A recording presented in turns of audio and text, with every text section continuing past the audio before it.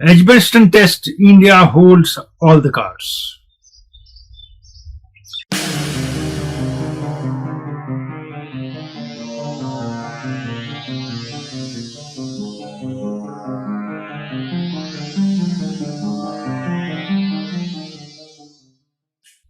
ये एक अजीब सा टेस्ट मैच है। विकेट गिरते हैं तो इकट्ठे गिरते हैं एक ब्लॉक में, नहीं गिरते हैं तो बड़े बड़े पीरियड तक नहीं गिरते हैं। इंडिया 214 पे 5, अगले 203 रन कोई विकेट नहीं गिरा।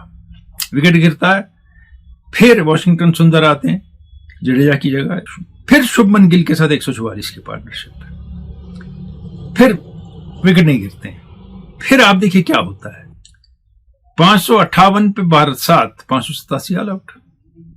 इंग्लैंड का देखिए, शुरू में ही पे विकेट गिरे, 5 विकेट हो गए, रन 84 है, 387 रन हुए तो छठा विकेट गिरता है। लेकिन अगले 20 रनों में बाकी सारे विकेट गिर जाते हैं। जो रन बनाता है वो बनाता ही जाता है, और जो नहीं बनाता है वो सिफर पे आउट हो जाता है। इंग्लैंड की बैटिंग में 400 रन बने, 6 सिफर हैं, 2 सेंचुरियां हैं, उसके अलावा 2 प्लेयर डबल फिगर्स में है। और ये एक रिकॉर्ड है कि कोई टीम 400 रन बनाए और उसके 6 खिलाड़ी सिफर पे आउट हो। लेकिन सेकंड इनिंग में ये ट्रेंड थोड़ी इंडिया ने चेंज कर दी। स्टेडी बैटिंग की और लगातार विकेट नहीं गिरे। जायसवाल गिरे तो राहुल दिख गए, थोड़ी देर उनके साथ नायर भी टिके, बहुत एजी थे, कमेंटेटर्स ने बहुत तारीफ की उनकी। अगर कोई और खिलाड़ी इतना एजी होता तो फिर कुछ और बात होती, लेकिन स्कोर नहीं कर पाए फिर से। उसके बाद पंत आए गिल के साथ तो लंबी पार्टनरशिप हो गई, फिर जडेजा आए तो और लंबी पार्टनरशिप हो गई। तो इंडिया ने एक स्टडी बैटिंग की दूसरी इनिंग में, जो इंग्लैंड नहीं कर सका न पहली इनिंग में न अभी तक दूसरी इनिंग में। एक 303 रन की पार्टनरशिप के अलावा इंग्लैंड के पास पहली इनिंग में दिखाने को कुछ नहीं है। हाँ, जेमी स्मिथ का एक रिकॉर्ड है जिस पे बात नहीं हुई है, उन्होंने बिफोर लंच सेंचुरी बनाई है तीसरे दिन, यानी तीसरा दिन का खेल शुरू होने के बाद वो आए और लंच से पहले 102 पे थे। That's 100 before lunch. अगर रात से आप खेल रहे हो तो इसको काउंटर नहीं होता, लेकिन उसी दिन अगर आए और उसी दिन लंच से पहले 100 करें तो एक सेशन में सेंचुरी बनाई है उन्होंने। वो काउंटर अटैक के जबरदस्त तरीके का उन्हें दिखाया। लेकिन फिर क्या हुआ, Siraj struck back 6 for 70, Akashdeep 4 wicket. India के spinners as hopeless as British spinners. Wicket है, सड़क रोड विकेट है। अगर ये पाकिस्तान में विकेट होता तो अभी तक क्रिटिसिज्म कर करके सारे प्लेयर्स ने, बाहर बैठा जो भी है, आता है क्रिकेट नहीं आता है, उसने खबर ली होती बोर्ड की और क्या विकेट बनाते हैं आप। इंग्लैंड को बैटिंग करनी आती दूसरी इनिंग में कल, तो वो भी 350-400 रन बनाते, 5-3-4 आउट होते, मैच ड्रॉ हो जाता। लेकिन अब सिचुएशन डिफरेंट है, 3 खिलाड़ी गिरे, लेकिन अभी भी नहीं पता कि मैच डिसाइड होगा या ड्रॉ होगा। लंबी पार्टनरशिप बनी है इस मैच में 200-300 रनों की, और अगर एक फिर पोप और बुर्क निकल गए लंबे दूर तक, इंग्लैंड की प्रॉब्लम फिर क्या है, Stokes hopelessly out of form.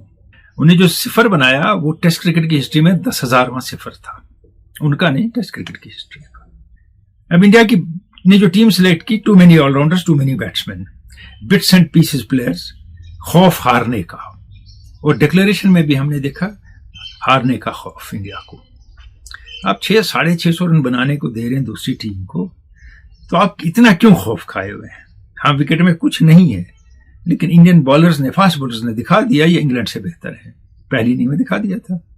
तो 550 भी बहुत थे, 500 भी बहुत थे, लेकिन भरोसे की कमी अपने ऊपर। बहुत लंबा खींचा इनिंग्स को, और गिल टेस्ट क्रिकेट में किसी मैच में सेकंड हाईएस्ट स्कोरर हो गए। 430 रन उन्होंने बनाए, 456 गूच ने बनाए इंडिया के खिलाफ ही, 333 और 123 की इनिंग खेल के। Washington Sundar, the blue eyed boy of Indian cricket, फिर टीम में थे। कुलदीप यादव नहीं थे।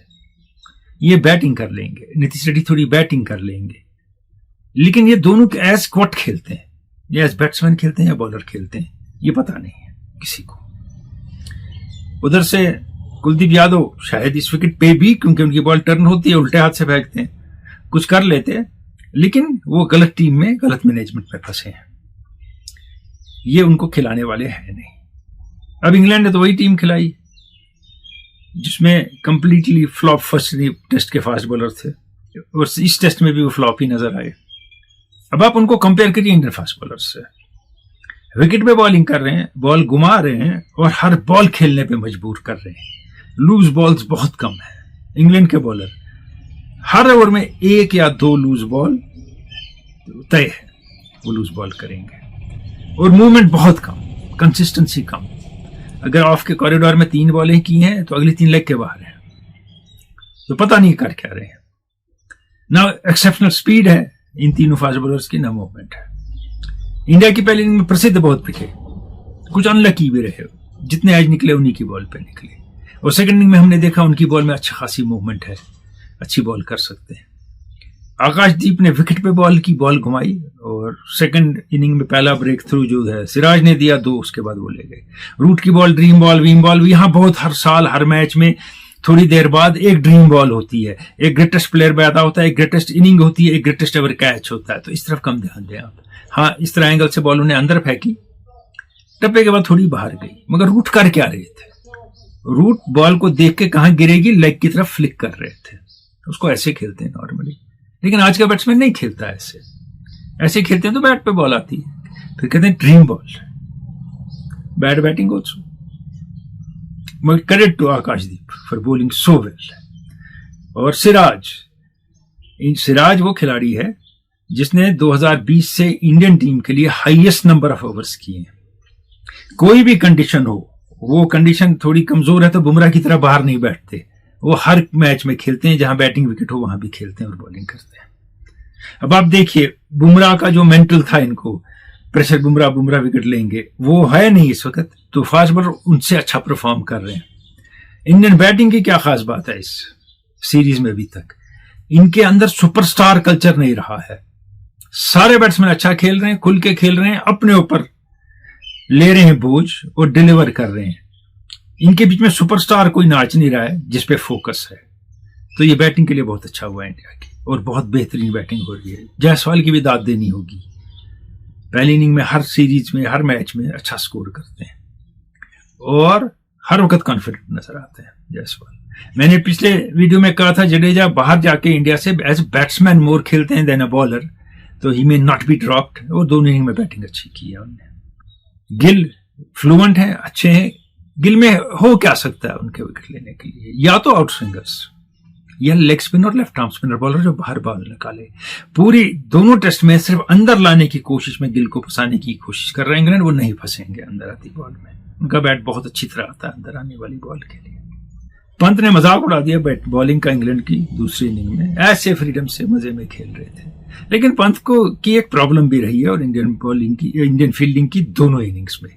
पहली इनिंग में भी वो ज्यादा पीछे थे, आगे कैच गिरते गए, और दूसरी इनिंग में भी वो अभी ज्यादा पीछे हैं। इस विकेट में कैरी नहीं है, बट फॉर एक्सेप्शनल डिलीवरीज, जैसी सिराज ने बॉल की थी स्टोक्स को, या फर्स्ट इनिंग में करुण नायर को बॉल पड़ी थी वोक्स की, नहीं है एक्सेप्शनल बाउंस नहीं है विकेट में, तो बहुत पीछे रहते हैं, बॉल कैरी नहीं करती है उन तक।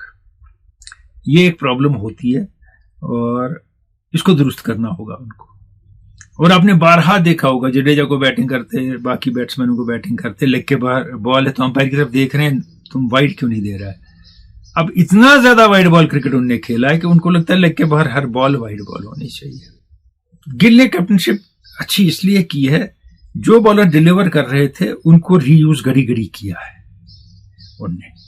हाँ, थोड़े से इशू उनकी फील्डिंग में रहे हैं फर्स्ट इनिंग में, लेकिन अब जेमी स्मिथ को क्रेडिट दीजिए उसके लिए, और ब्रुक को दीजिए कि उनने फील्डिंग सेटल होने नहीं दी जैसी बैटिंग उन्होंने की, जितनी देर बैटिंग उन्होंने की। अब स्टोक्स की कैप्टनशिप की तरफ आइए। स्टोक्स टेस्ट मैच जीतते हैं, बैटिंग टीम अच्छा करती है, पीट लेती है, लेकिन जो ही उनकी बॉलिंग प्रेशर में आती है या दूसरी टीम बैटिंग अच्छी शुरू करती है, उनको कुछ समझ नहीं आता है कैप्टनशिप कैसे करनी है।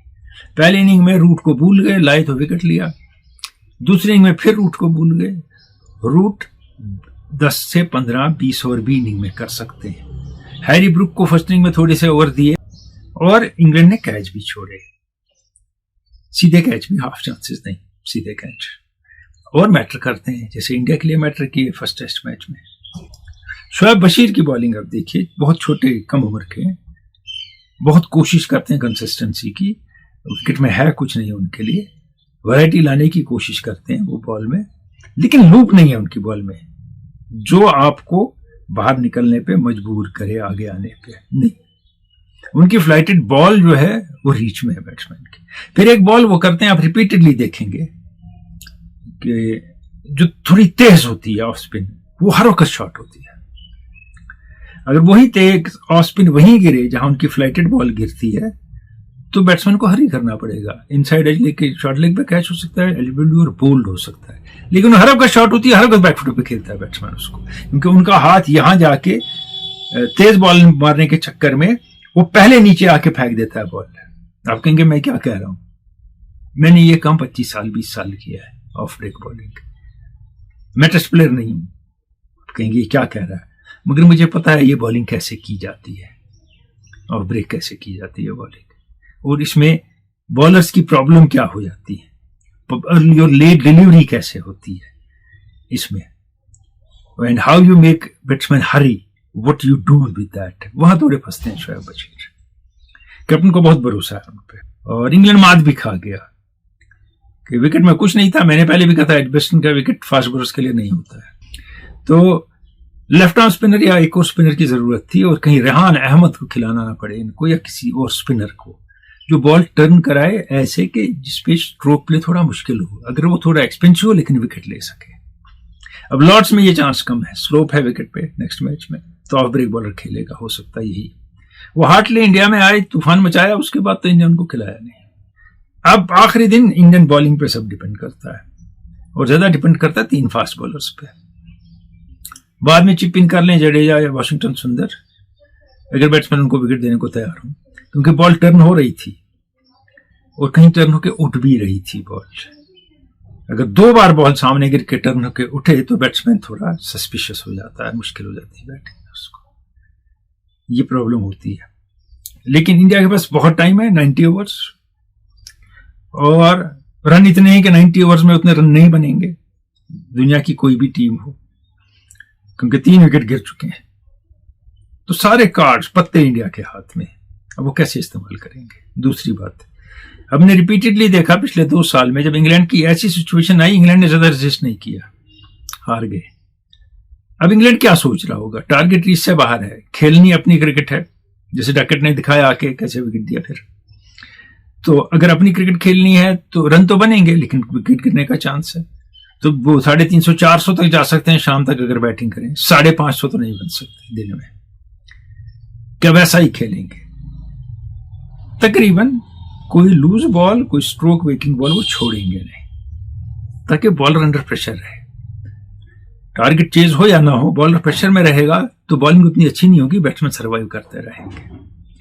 और यहां कितनी इनोवेशन कर पाते हैं गिल, ये बड़ा अहम है। कि सारे टाइम गंभीर की तरह से देखते रहते हैं, बैटिंग करते भी देखते थे कब डिक्लेयर करना है, न तो शायद कुछ डिसाइड किया था ना उन तक कुछ है कि वो कुछ करें खुद।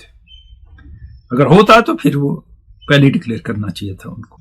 India has a great chance to win again at Edgbaston. Kapil Dev के कैप्टनशिप में जीता था, चेतन शर्मा ने 6 विकेट लिए थे, और आज सिराज ने 6 विकेट लिए पहली इनिंग में।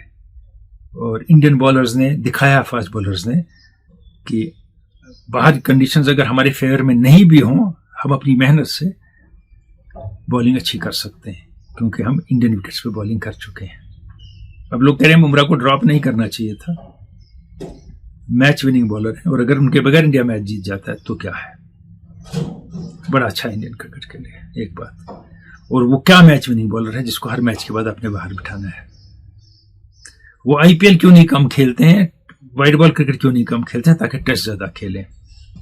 वो तो खेलना है, इसमें रेस्ट लेना है, उसमें रेस्ट नहीं लेते, कोई प्लेयर नहीं लेता रेस्ट उसमें। इंग्लैंड के प्लेयर ले लेते हैं, वो नहीं आते हैं आईपीएल खेलने, और कुछ ऑस्ट्रेलियन प्लेयर, कुछ एक आते हैं। इंडिया इज ऑन टॉप, ये सब जानते हैं। England has to survive the day with kind of cricket they play, will they be able to survive the day, or they will crumble fast।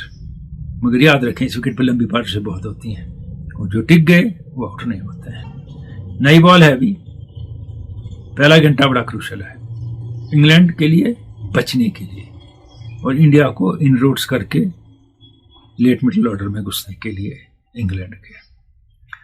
अब ये टेस्ट मैच कैसे जा रहा है रिजल्ट की तरफ, जब इतने रन बन रहे हैं, क्योंकि दोनों टीमें तेज खेलती हैं। पिछला टेस्ट भी इसलिए डिसाइड हुआ, मैंने कहा था। अब तेज खेलते हैं, कम टाइम में ज्यादा रन बनाते हैं, मैच में वक्त बच जाता है। और again great performance from Gill and Siraj and Akashdeep. अभी तक बाकियों ने भी, सबने, बहुतों ने किया कलेक्टिवली दोनों टीमों के, लेकिन हाईलाइट यही तीन है। मिलेंगे मैच के बाद।